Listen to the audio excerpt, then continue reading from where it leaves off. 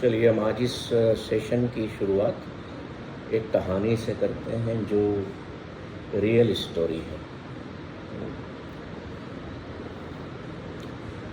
The stories that touch my life, जो मेरी किताब है ना, उसमें सारी स्टोरीज़ रियल हैं, कोई भी काल्पनिक नहीं है। अकबर का नाम सुना होगा, जिसको लोग हिंदुस्तान का महान सम्राट कहते हैं। वो बाबा फरीद का चेला था। बाबा फरीद जानते, एक सूफी संत थे पंजाब के, और अकबर बाबा फरीद की हर बात को तवज्जो देता था और मानता था, और जो अपना गुरु होता है उसकी बात सभी शिष्य लोग मानते हैं। तो बाबा फरीद के गांव में कोई विद्यालय नहीं था, शिक्षा का केंद्र नहीं था, या यूँ कह लो कि स्कूल नहीं था। तो गांव के लोग बाबा से कहते हैं कि बाबा, अकबर आपकी बात को कभी भी डिनाई नहीं करते, है ना, तो आप उनसे जाकर के कहते क्यों नहीं कि हमारे गांव में भी एक छोटा सा स्कूल खोल दें। बाबा फरीद कहते हैं इतनी सी बात है, चलो चलते हैं। जाते हैं, पहुंचते हैं महल में, और तब बाबा फरीद जो है वो सजदा कर रहे हैं। सजदा कर रहे हैं मतलब प्रार्थना कर रहे हैं। उनके हाथ ऐसे ऊंचे उठे हुए हैं अकबर के, अकबर सजदा कर रहे हैं, और बाबा फरीद धीरे से सीढ़ियाँ चढ़ के पीछे खड़े हो जाते हैं कि जब ये अपनी इबादत कर ले, सजदा कर ले, तो मैं फिर अपने दिल की बात इससे कहूँगा, मेरे जो भीतर इच्छा है वो मैं प्रकट करूँ। तो अकबर नमाज अदा करने के बाद हाथ ऊंचे करते हैं और कहते हैं, या खुदा, मेरा राज्य, मेरी संपत्ति, मेरी शक्ति और बड़ा और बड़ा और बड़ा।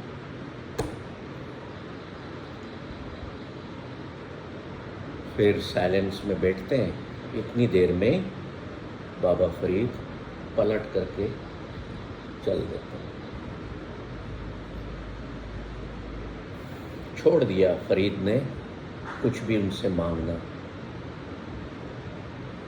अकबर को ये भान होता है कि मेरे कमरे में कोई आया था, चला कहाँ गया है। तो तेजी से पीछे दौड़ते हैं और देखते हैं कि सीढ़ियों से फरीद उतरे जा रहे हैं। तो आवाज़ लगाते हैं, बाबा आप आए, कहाँ जा रहे हो? बोले, नहीं, मेरे जिस काम के लिए आया था वो संभव नहीं, दैट इज़ नॉट पॉसिबल कि मैं तुमसे कुछ मांगूं। कहने लगा, क्यों, क्या चाहिए आप बताओ ना, मैं पूरा करूँगा, दिस इज़ माई प्रॉमिस। तो बाबा फरीद कहते हैं, एक भिखारी से मैं क्या मांगूँ? बोले, भिखारी, मैं एम्परर हूँ, सम्राट हूँ। बोले, नहीं, तुम जब नमाज अदा करके उठे तो तुमने खुदा से क्या मांगा कि मुझे और ताकत दो, मुझे और शक्ति दो, मेरा राज्य और बढ़ाओ, मेरी दौलत और बढ़ाओ, मैं और बड़ा सम्राट बनूं। Means you are not contented with him. तुम्हारे भीतर इतना कुछ है, तुम्हारे पास बाहर भी भीतर भी, फिर भी तुम अभी एक बैगर के बैगर ही हो। तो हाय, I can ask for something to a beggar, to a भिखारी। मैं तुमसे कुछ नहीं मांग सकता। मांगने तो बहुत दुनिया की छोटी सी चीज मांगने आया था जो तुम आसानी से कर सकते थे, पर चूंकि तुम एक खुद भिखारी हो तो मैं भिखारी से क्या मांगू? तुम्हारी इच्छाएं इतनी बाकी हैं तुम्हारे भीतर कोई संतुष्टि का भाव नहीं है, तो सॉरी, मैं नहीं मांग सकता, क्योंकि अभी तुम खुद ही मांगने से मुक्त नहीं हो। तुमने जो प्रार्थना की, तुम बने खुदा के सामने, तुमने जो भी नमाज अदा की, वो भी तुम्हारी स्वीकार नहीं हुई, क्योंकि उसमें भी डिमांड थी कि मैं और शक्तिशाली बनूं, और बड़ा राजा बनूं, है ना। मैं तुमसे मांग करके तुम्हें और गरीब नहीं बनाना चाहता। अकबर शर्मसार हो रहा है। फरीद क्या कहते हैं? मैं तुमसे थोड़ा सा कुछ दुनियावी सांसारिक साधन मांग करके तुम्हें गरीब नहीं करना चाहता, और तुम तो पहले ही गरीब हो। मैंने सोचा था कि तुम एक एम्परर हो, तुम एक राजा हो, पर तुम क्या निकले? बैगर।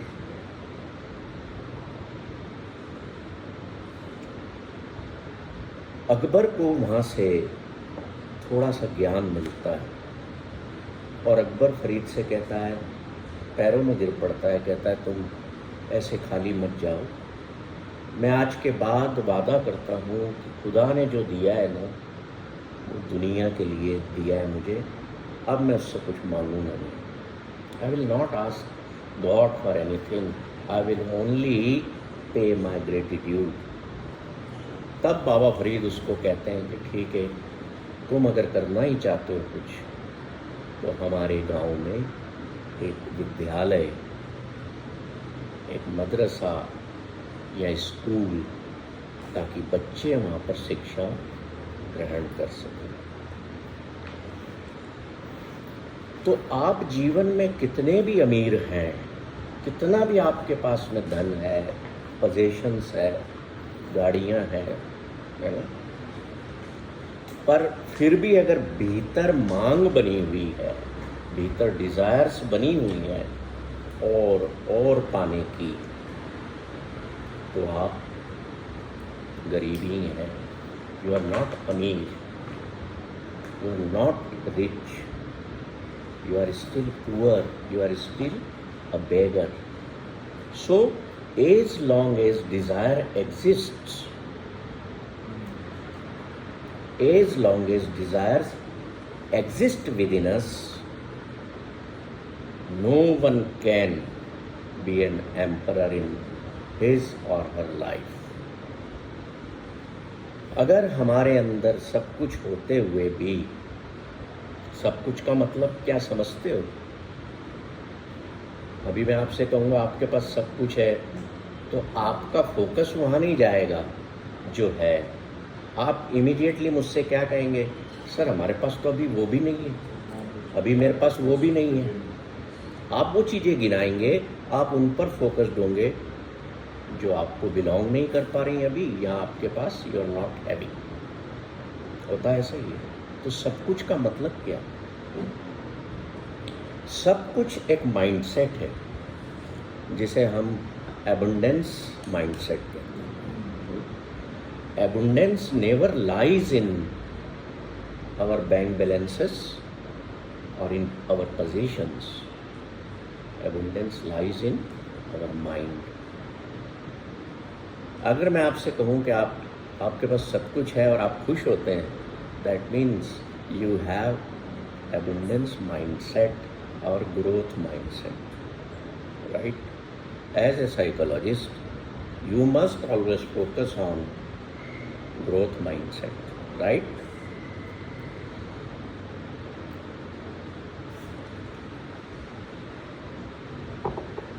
तो फरीद is opposite.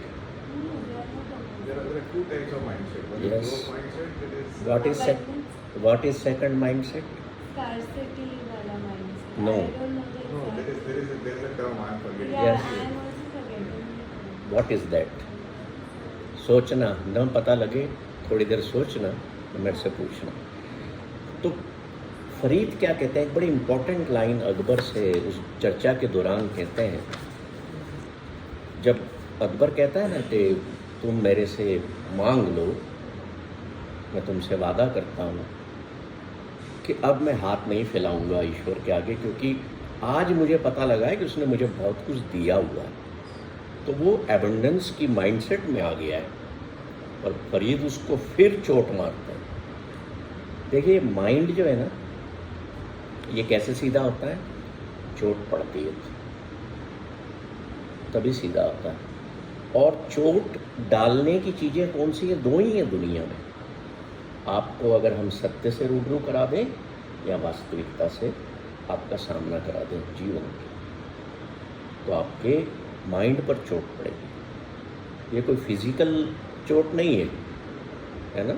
कुछ शब्द ऐसे होते हैं ना जिसको कोई कह देता है तो हम कहते हैं यार मुझे चोट पड़ गई, मुझे दर्द हो रहा है। तो फरीद कहते हैं कि मैं तुमसे क्यों मांगूं, मैं तो उसी से मांग लूँगा ना जिसके आगे तुम हाथ फैलाए हुए, बीच में मुझे तुम्हारी ज़रूरत ही नहीं। तो अब इस बात को समझो कि क्या हम हमेशा एक डिमांड नोट कैरी करके चलते हैं अपने साथ। मान लीजिए आप मंदिर जाते हैं, है ना, घंटी बजाई, भगवान को जगाया, उठ भाई मैं आ गया हूँ। घंटी क्यों बजाते हैं? मैं तो ऐसे ही कहता हूँ कि बाबा जी सो रहे, घंटी बजाई, उठो बाबा जी मैं आया हूँ। वो बेचारे बार बार सोते हैं, फिर घंटी बजती है, फिर सोते हैं, फिर घंटी बजती है। Take it on a lighter note. तो हम हर जगह पर जा कर के जॉय को ढूंढें, सर्च करें। मैं एक मंदिर में गया मंदसौर, जब भी जाता हूँ तो पशुपतिनाथ जी के दर्शन करने जरूर जाता हूँ, है ना। तो बहुत बड़ा घंटा लगा हुआ, तो मैं ऐसे ही चला गया सीधा। तो वो पुजारी जी मुझे अंदर से कहते हैं पहले जाइए, तीनों लाइन से घंटियाँ बजा के आइए। तो अब मैं थोड़ा सा ठहरा, आनंद में रहने वाला इंसान, मैंने क्यों, प्रभु जी सो रहे हैं क्या जो घंटी बजे? तो वो तो मेरे पे गुस्सा हो गए, अरे सरदार जी कैसे बोलते हो आप? मैंने कहा बजाता हूँ, इसको अदरवाइज मतलब। तो मैंने तीनों घंटियाँ बजाई, फिर मैंने ऊंची आवाज़ में प्रार्थना की, हे शिव अगर तुम जाग गए हो तो मेरी बात सुन लो। मैं बोले जा रहा था एंड ही वॉज लिसनिंग, और उसके चेहरे पर थोड़े से लकीरें और तनाव या गुस्से का भाव पैदा हो रहा था कि how this man is talking to God. मैंने कहा भी मेरे मित्र हैं ये, Shiv is my friend, I can talk in a friendly manner, क्योंकि दुनिया को हम दोस्त के रूप में देखें तो ज़्यादा अच्छी लगेगी, है ना। वहाँ आप अपनी बात, कोई भी बात हो, शेयर कर सकोगे। तो फरीद कहते हैं कि why should I place a beggar between me and God. तो क्या हम मंदिरों में, गुरुद्वारों में जा कर के बैगर बनते हैं? सोच। कल मुझे एक फ़ोन आया, बड़ा विचित्र फ़ोन था कि सर हम अमृतसर जा रहे हैं, एक लेडी का फ़ोन है, तो मुझे कुछ मन्नत मानना है, वहाँ कौन सा गुरुद्वारा है जहाँ पर मन्नत पूरी होती है? मैंने कहा बड़ी अजीब बात पूछ रहे हैं। मैंने कहा ऐसी तो कोई जगह दुनिया में नहीं है, वो तो सब जगह सुन रहा है। जब धरती बनाई जिसने, ये कायनात जिसकी है, वो एक जगह पर ही क्यों सुनेगा? उसी गुरुद्वारे में क्यों सुनेगा? अपने भीतर को map your inside a temple, a gurdwara, and ask directly, have direct connection. Shall if you want to connect with thou, with him, उसके साथ अपना वाईफाई कनेक्ट करना शुरू करो। समझ गए? That wifi is always available.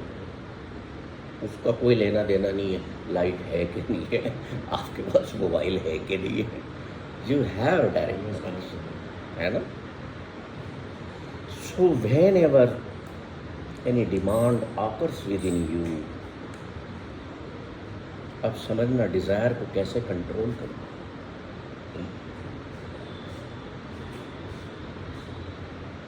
Be aware,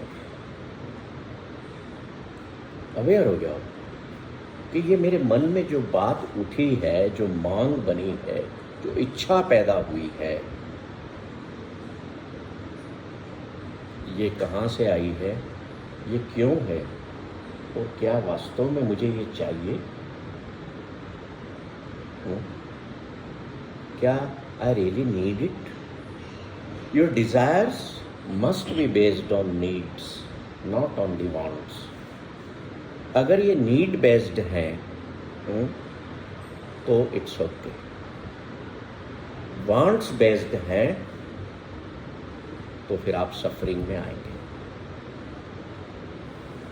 इसको note कर लो आप जब भी इस डायरी को पढ़ोगे तो आपके काम आएगी। अभी तक जो जो लिखा है ना आप लोगों ने, कभी अपनी डायरी खोल के पढ़ा करो कि मैंने लिखा है तो क्यों लिखा है।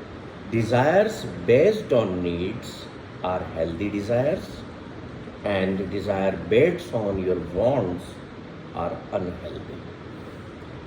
और अनहेल्दी डिजायर्स ही जीवन में दुख का कारण होती है।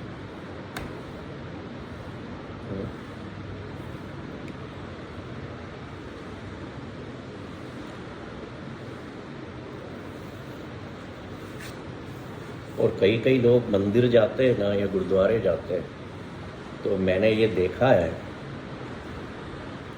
कि वो प्रार्थना करते हैं, ईश्वर मेरे बच्चे को पास कर देना, या मेरी लड़की की सगाई करवा दो, शादी करवा दो, मैं इतने रुपए चढ़ाऊंगा।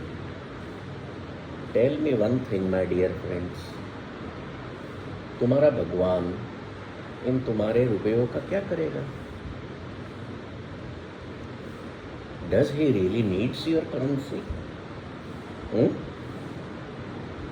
या तुम्हारा नारियल या तुम्हारे प्रसाद को वो खाता है क्या? खाता कौन है? वो गुरुद्वारे के ग्रंथी या पंडित, मंदिरों के पंडित है, या ज़्यादातर हम सब मिलकर। अभी मैं यहाँ प्रसाद चढ़ाता हूँ, अरदास करता हूँ, थोड़ी देर के लिए थोड़ा सा प्रसाद प्रभु की तस्वीर के आगे या स्टेचू के आगे रख दो, क्या खाई उन्होंने। पर ये हमारी एक श्रद्धा है कि हम पहली भेंट किसको देंगे? ईश्वर को समर्पित देंगे। पर हम गलती कहाँ कर बैठे? इस प्रोसेस में गलती नहीं है, ये हमारा कल्चर है, ये हमारी डिवोशन है, ये श्रद्धा है ना, कि हम जब भोजन करें तो हम ईश्वर को आमंत्रित करें कि आप भी आओ। पर हम कभी भी डीलिंग्स ना करें कि तुम मेरे लिए ये कर दो तो मैं तेरे लिए ये कर दूँ। What is that? कि मैं तुम्हारे वहां पर पैदल चल के आऊंगा 500 किलोमीटर, या गुलाटियां खा के सड़क पे आऊंगा, तुम मुझे पुत्र दे दो।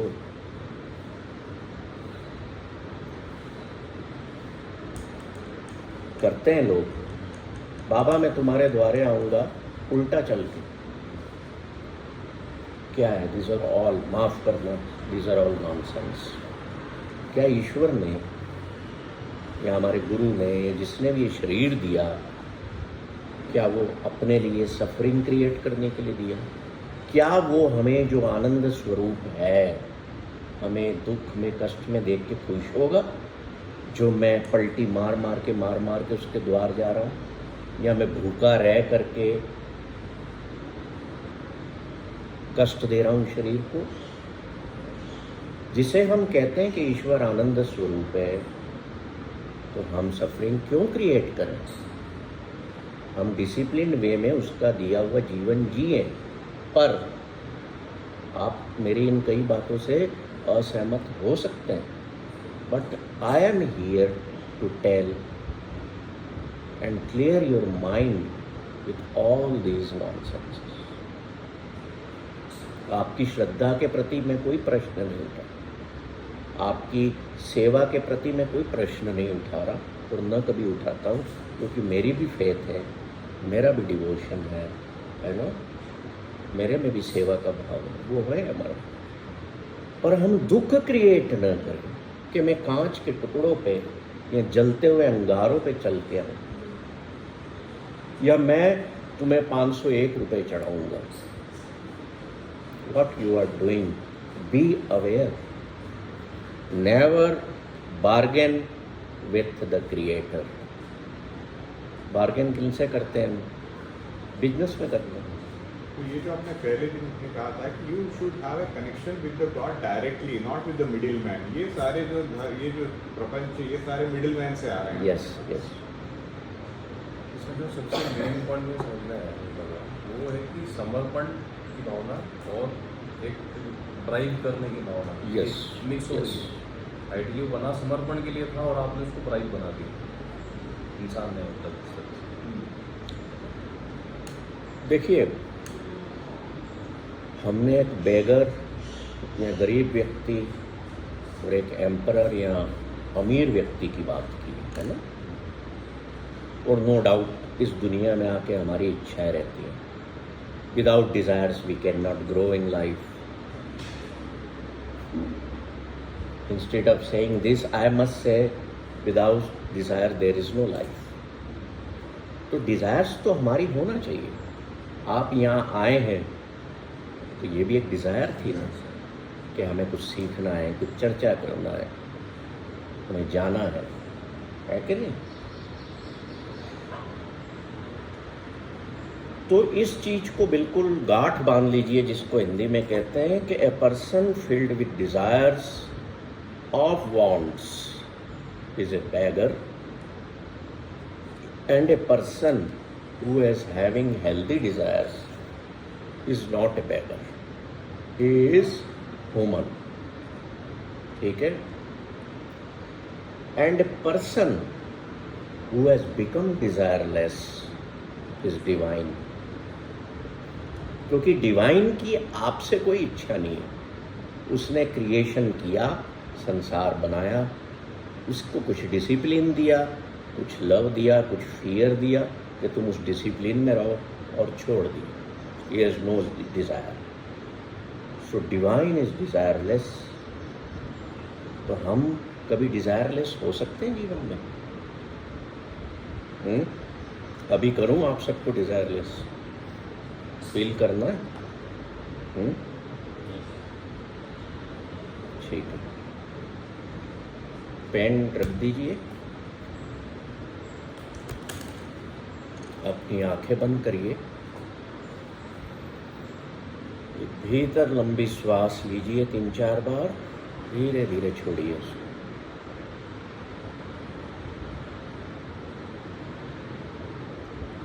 अपनी श्वास को जाते हुए देखिए कहाँ तक जा रही है। अब बाहर आते हुए देखिए, बड़े धीरे धीरे उसको देखो, वॉच करो, विटनेस करो। हाथ पैर ढीले हों, कहीं कोई स्ट्रेस ना हो, नहीं तो आप अपने ब्रीदिंग को वॉच नहीं कर पाएंगे।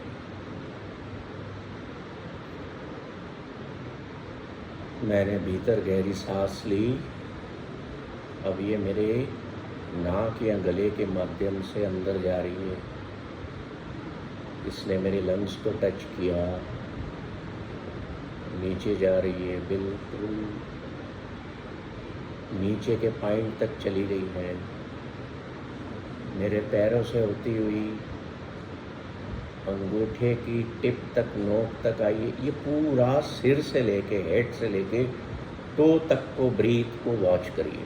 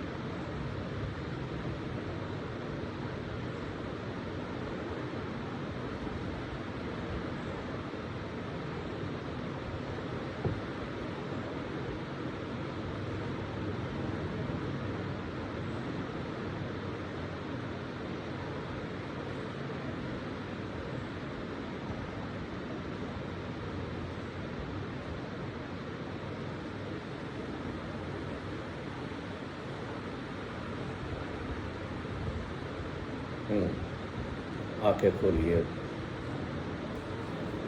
कितने लोगों ने अपनी श्वास को आते जाते महसूस किया? ईमानदारी से क्या उस श्वास के साथ यात्रा करते वक्त आपके मन में कोई इच्छा आई थी, पैदा हुई? That is state of no desiring, that is desirelessness. And remember, desirelessness only takes place when we are in present moment. और प्रेजेंट मोमेंट में हम तभी आते हैं जब हम अपनी ब्रीथ पर फोकस हो जाते हैं। आप दुनिया के सारे रिलेशन से टूट चुके थे, टूट गए थे उस दौरान। आपको बाहर की दुनिया याद नहीं थी, आपकी आंखें बंद थी, आपको नहीं पता था आप कहाँ हो। You are totally immersed in your self. और ये कह लो कि जो एक साइंटिफिक वर्ड है, submerged your self in that mode of desirelessness. तो डिजायरलेसनेस भी संभव है। When all desires are dropped, there is no desiring within the mind. अब क्यों खत्म हुई बताइए? माइंड में डिज़ायर हमारे भीतर क्यों खत्म हुई? वो इसलिए खत्म हुई कि when we are connected with life, there is no mind present. मन ही मर गया था, सोच ही नहीं थी। ठीक है, तो लोग कहते हैं ना कि मन कभी मर नहीं सकता। This is how you can kill your own mind. जब भी परेशानी में हो अपन, या कोई मन में बड़ी भारी डिजायर उठ रही है, बैठ जाओ शांति से। शुरू में तंग करेगी, विचार आएंगे, पर जब आप टोटली मर्ज्ड होंगे उस ब्रीथ के साथ, अपनी ब्रेथ के साथ, देखेंगे ब्रीदिंग कहाँ से कहाँ जा रही है। उसको आदेश दो, अब तुम मेरे कानों में जाओ, उसको कहो ब्रेन में जाओ, अब मेरी आँखों में जाओ, अब मेरे निचले पोर्शन में जाओ। ये ब्रीथ जो है आप करते हैं, इसको जब आप डायरेक्शन दे दे करके आप जगह जगह पहुँचाएंगे, तो जिस पोर्शन में बीमारी भी होगी, जो डेवलप हो रही होगी, वो ठीक होना शुरू। एक बच्चा जब श्वास लेता है, देखा है उसको, लेटा हुआ छोटा सा बच्चा कैसे लेता है? पेट से। आप लेते हो क्या पेट से? दिन में 5 से 10 मिनट लेट करके लंबी सांस लो और छोड़ो, मतलब पेट से लो और छोड़ो, ताकि हमारे जो लोअर एब्डोमेन के जो ऑर्गन्स हैं उसको ऑक्सीजन मिले। तो लोअर एब्डोमेन के जो ऑर्गन्स हैं वहाँ तक ऑक्सीजन नहीं पहुँचती, क्योंकि हम श्वास ही मुंह से लेते रहते हैं या नाक से लेते हैं, लंग्स तक जाती, तो नीचे पोर्शन में ऑक्सीजन न गई, इसलिए लोग कैंसर के शिकार हो गए। क्यों पेंक्रियास का कैंसर हो रहा है, क्यों लीवर का हो रहा है? वो लाइफ स्टाइल, खाने पीने की अगर बात हम एक तरफ करते हैं, that is the main reason is increase of carbon और dark in our lower portion of the body. तो फ्री रेडिकल्स को ऑक्सीजन मिलती नहीं है, we come in the suffering of, this is scientifically proven. तो हम दिन में 10 मिनट लेट करके पेट से श्वास लें, जैसा बच्चा लेता है। और जब भी आप अपनी ब्रेथ पर फोकस होंगे, you will have no mind, you will have no desire, you will be in utter present moment. और अंदर बड़ी खूबसूरत एक भाव पैदा होगा। जितना ज़्यादा देर बैठेंगे इसमें, उतना देर अंदर प्रेम उमड़ेगा। और जब आप आंखें खोलेंगे ना, तो जो सामने बैठा होगा अपना होगा, पराया होगा। आपकी ओर से एक पॉजिटिव वाइब्रेशन या एक लविंग एनर्जी ही flow to do this. 21 lakh की एक्सरसाइज फ्री में दे दी मुझे। So don't try to be Napoleon, don't try to be Alexander, don't try to be Akbar or an emperor in life, because they were not emperors, they were the beggars. तो emperors कौन थे life? Buddha was emperor, Mahavira was emperor, Nanak was emperor, Jesus was emperor। जिन्होंने life की richness को जाना, they lived a rich life. We people are living a died life. हमारे जीवन का अंत हो चुका है, बस ये है कि हम श्वास लिए जा रहे हैं। We die rich, we never live rich. क्या मतलब है इन दो शब्दों का? कोई बता सकता है?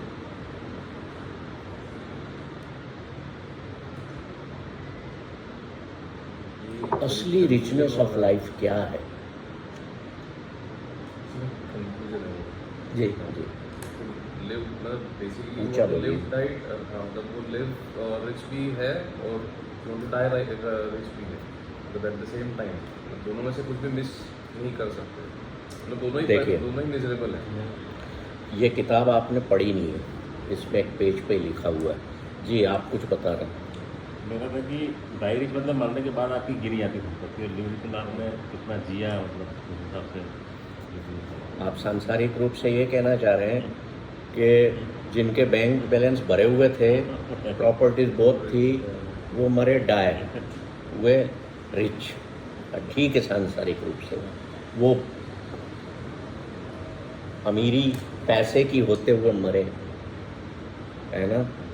उसकी कोई वैल्यू नहीं है जो लिव पर जिसकी वैल्यू नहीं है, जीवन तो हम उसी में खपा रहे हैं ना। तो इस कंसेप्ट को समझना बहुत ज़रूरी है। मैं ये नहीं कह रहा कि आप मत कमाओ, आप कमाओ, आप अमीर और अमीर बनो। मैं भी लगा रहता हूँ, मैं कोई एक्सेप्शनल केस थोड़ी हूँ, या मेंटल केस थोड़ी हूँ कि मुझे कमाना नहीं है, या मैं एक वो ओढ़ लूँ चद्दर, धोती बांध लूँ, या जो भी कह लूँ। No, I have to enjoy everything in the world which is possible for me, which is possible for me, which is in my चादर। इसको ध्यान रखना। But at the same time, I must be aware about what is the richness of life, what is the richness in living। वो क्या है? वो ये है कि मैं हमेशा ही डिज़ायर्स में न बना रहूं। जो है मेरे पास उसमें भी आनंद मनाना सीखूं। आपके घर पे टेप रिकॉर्ड पड़ा होगा, बहुत कैसेट्स होंगी, सीडीज होंगी, या आजकल तो पैटर्न बदल गया, तो लोग नई नई टेक्नोलॉजिकल चीज़ें ला रहे हैं, गैजेट्स ला रहे हैं, है ना? ऐसा कितना हम उनका आनंद ले रहे हैं। या हमारे पास में कोई पैट है घर पे, क्या उसके साथ खेलते हैं कि बस यही रख रखा है? आई मीन टू से what you have with you, you have family also, you have children also. कितना स्पेयर करते हैं टाइम हम उनके लिए? सभी करते हैं। आप कहोगे हम तो करते हैं, तो इसमें नई बात क्या कह रहे? But the thing is again the time spared with our loved ones or with other people, how much I see richness of life in them। richness of life होती क्या है?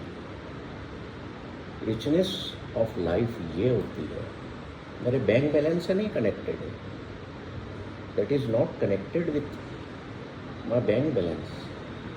रिचनेस ऑफ लाइफ ये है कि मैं हर पल, हर क्षण, हर चीज़ में also in the times of adversity, how I am able to live in joy. देखिए एक गरीब परिवार है, अभी मेरे घर के सामने ना पार्क में काम चल रहा है, तो मैं आज सुबह जब 6-6:15 बजे मैं वॉक कर रहा था ना, तो 6:30 बजे ही वो 3-4 मजदूर और उनकी पत्नियां वो सब बैठ के खाना खा रहे थे। खाना भी बन गया, खाना भी खा रहे हैं। तो मेरी आदत है मैं चला जाता हूँ। मैंने कहा हाँ भाई अम्मा क्या बनाया तुमने? बोले दाल और इतनी बड़ी बड़ी रोटी। क्योंकि वो सारा दिन मेहनत करते हैं, है ना, गिट्टी उठाना, सीमेंट उठाना, रेती उठाना, माल उठाना, ईंटें उठाना। तो मैंने कहा इतनी जल्दी खाना खा रहे? बोले 7:30 बजे हम काम पे लगेंगे, फिर हम 12:30 बजे फिर खाना खाएंगे और फिर एक खाना हम रात को बना करके खाएंगे। अभी 2 टाइम का खाना बन गया, जो एक हम खा रहे हैं, जिसको आप लोग नाश्ता बोलते हो, और एक हम दोपहर में खाएंगे। 4 रोटी सुबह, 4 रोटी दोपहर में, इतनी बड़ी 4 रोटी रात को आप खा सकते हो। उनकी लाइफ स्टाइल अलग है, उनके शरीर से काम लेने का सिस्टम अलग है, इसलिए हम खा सकते। तो बात, मुख्तसर बात ये है कि they were enjoying sitting, they were totally enjoying the food what they had, dal and सूखी रोटी।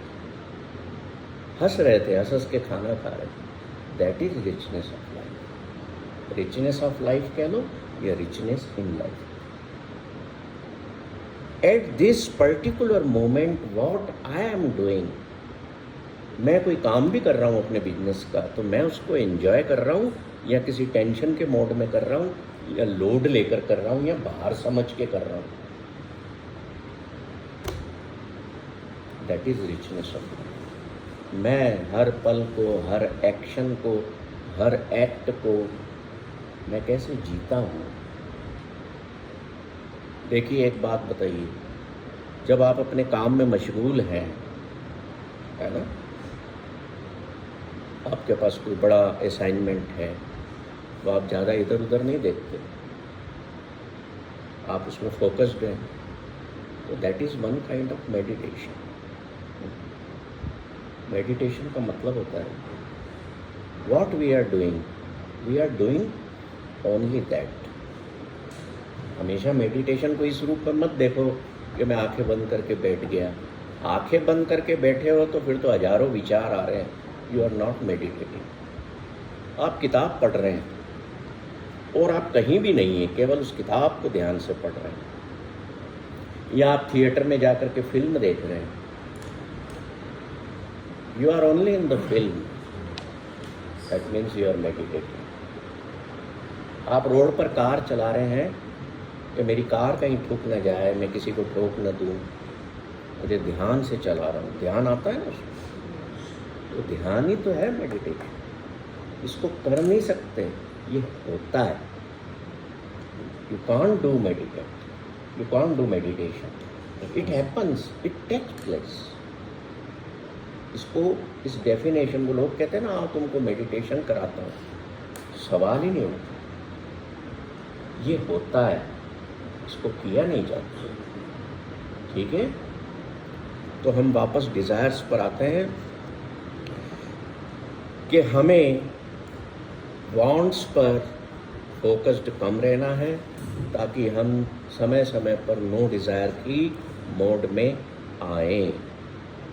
अब देखिए एक बड़ी मज़ेदार बात है डिज़ायर्स के साथ। Either you have a desire or don't have a desire. Either your desire is fulfilled or not fulfilled, you are in suffering. That means either way you are in suffering. बताओ कैसे?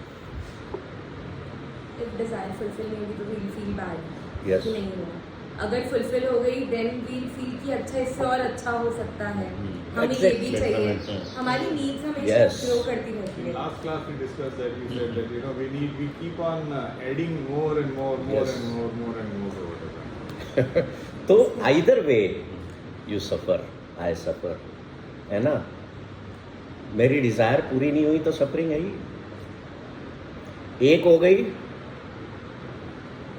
तो नहीं खड़ी और मैं aware नहीं हुआ तो फिर वो सफरिंग है ना। जैसे अभी परसों क्या हुआ, मैं आईफोन यूज़ करता हूँ, मेरा बेटा कहता है पापा नया मॉडल आ गया है, 8-10 महीने हो गए, अब चेंज कर लो यार, इसमें मेमोरी भी नहीं है, हैंग भी हो जाता है। So he created a desire within me to just change the model. Okay, मैंने उसको बोला पता कर डिफरेंस कितना देना पड़ेगा। बोले इतने पैसे और देना पड़ेंगे। मैंने पता किए, मैंने कहा now check the bank balance on your app, इतना बैलेंस है या इससे ज़्यादा है या इससे कम है। He said such amount is available there. मैंने कहा भाई इसमें से इतना तो घर के बिलों में खर्चों में जाएगा, हाउ यू कैन चेंज। वो मुझे कहता है टेक सम EMI। मैंने कहा why I should take EMI, why I should take a new burden कि मुझे हर महीने पैसा देना है। ठीक है, अगर आप उससे कंफर्ट लेवल पर हैं, आपके पास दूसरी व्यवस्था नहीं है तो आप लीजिए। देखो दुनिया में हर ऑप्शन अवेलेबल है, बताओ कौन सा ऑप्शन अवेलेबल नहीं है। हर फील्ड में, एक शादी होगी दूसरी करना है तो वो भी अवेलेबल है, हो जाएगी, करवा देंगे। मेरा ये काम नहीं है वो, पर कर बाजार में है तो every option of for everything is available, but हमें अवेयर होना है कि हम क्या कर रहे हैं ज़िंदगी में, कितना चाहिए हमें, है ना, क्यों चाहिए हमें। भाई नीड है तो डू इट, हैव इट, है ना। अब घर में टूथपेस्ट ख़त्म हो गया है तो मैं ये तो नहीं कह रहा कि मत लाओ, है ना। पर ज़रूरी नहीं है कि मैं अभी मॉडल बदलूँ ही बदलूँ। तो इतने में मेरी वाइफ आ गई, बोले क्या बातें चल रही है बाप बेटे में। पूछा जाता है कि किस बात पे मज़े ले रहे थे। तो मैंने लाइटर नोट पे मजाक में कह दिया, क्योंकि मेरा स्वभाव है ऐसा, क्या करूँ। मैंने कहा I was discussing with my son how can I change the model of wife.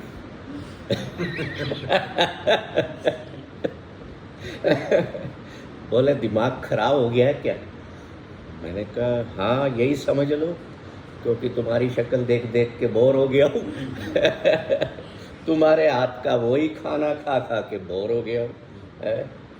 सो देखो जीवन में ऐसे पल हंसने के, मजाक करने के एक दूसरे से, ज़्यादा गहराई में मत ले जाओ नहीं तो तकलीफ में आ जाओगे, पर ऊपर ऊपर थोड़ा मस्ती करा करो, है ना। तो एक बार क्या हुआ, एक psychologist once visited a psychiatric hospital. तो देखो डिज़ायर्स को समझना, साइकोलॉजिस्ट नया नया एक हॉस्पिटल में ज्वाइन करता है तो वहाँ के जो साइकियाट्रिस्ट है वो उसको हॉस्पिटल के राउंड पे ले जाते हैं, और पहले कमरे में घुसते तो जो मेंटल डिसऑर्डर से व्यक्ति बीमार था वो एक फ़ोटो को छाती से चिपका के बैठा हुआ है, कभी उसको किस कर रहा है, कभी छाती से लगा रहा है, कभी देख के रो रहा है। तो पूछता है ये इसको क्या प्रॉब्लम है। तो वो कहता है कि इसके हाथ में एक महिला का फ़ोटो है जिसको ये चाहता था, उससे शादी करना चाहता था, उससे प्रेम करता था, पर उसकी शादी कहीं और हो गई, तो ये दिमागी तौर पर डिस्टर्ब हो गया, है ना। तो ये इसी के फ़ोटो के साथ बस चिपका रहता है, इसी के साथ लगा रहता है, इसलिए इसको यहाँ एडमिट किया हुआ, इसका इलाज चल होता है।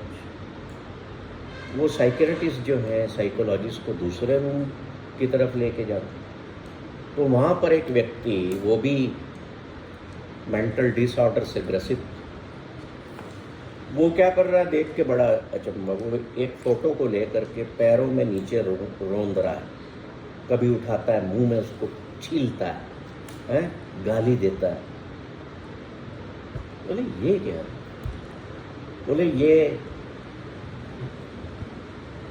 वो ही महिला है जिससे इसकी शादी हुई।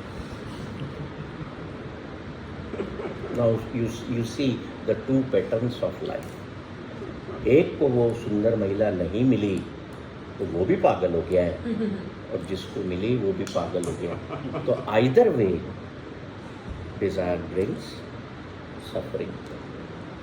ये क्या है? ये ऐसे एग्जाम्पल्स हैं, ऐसे स्टोरीज हैं, क्योंकि इनके through we can learn how to come out of this types of suffering. अभी परसों मैं गोवा में था, मेरी वहाँ पर एक जो ताज ग्रुप ऑफ होटल्स है, इंडियन होटल कंपनी लिमिटेड, वहाँ का जो मैनेजमेंट था, गोवा का सीनियर मैनेजमेंट, उनके शायद 4-6 होटल्स हैं, वहाँ मेरी टॉप थी बॉडी माइंड बैलेंस पर, है ना। तो वहाँ ये बात किसी ने क्वेश्चन खड़ा कर दिया, मैंने कहा तुम्हारी शादी हो गई है? बोले नो, अभी होने वाली है। मैंने कहा मैं 2 ऑप्शन देता हूँ, किससे शादी करोगे तुम? एक लड़की है बहुत खूबसूरत है और गरीब है, और एक ग्रुप है और बहुत पैसे वाली है, अकेली लड़की है, माँ बाप। नाउ तुम किसको चूज करो? What will be your choice? To whom you will marry? सोच में पड़ गया। पीछे से किसी ने बोल दिया सर ये दोनों से करेगा, इसलिए सोच रहा है।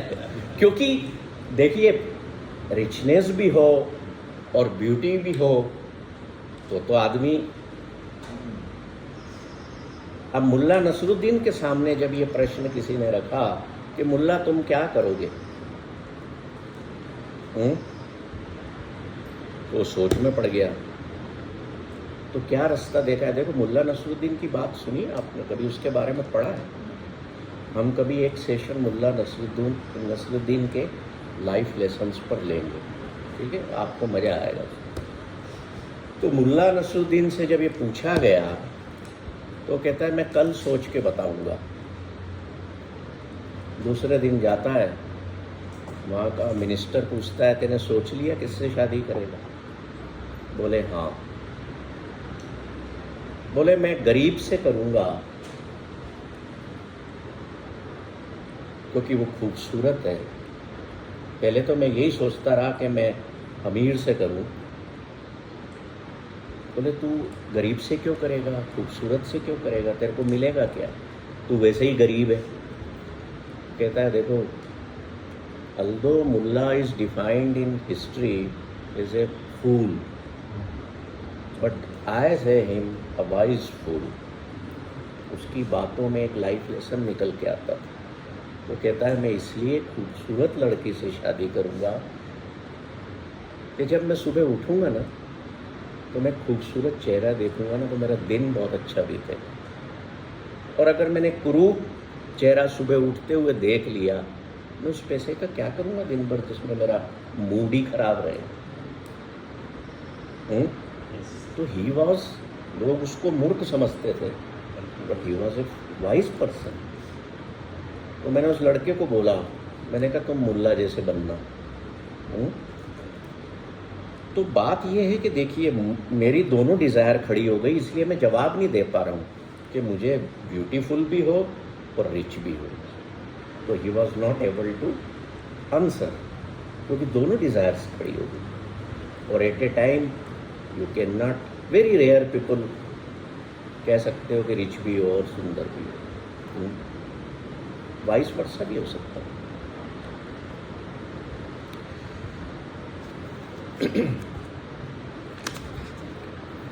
अब हम पहले सेशन को यहीं विराम देते हैं, फिर 10 मिनट बाद सेकंड सेशन।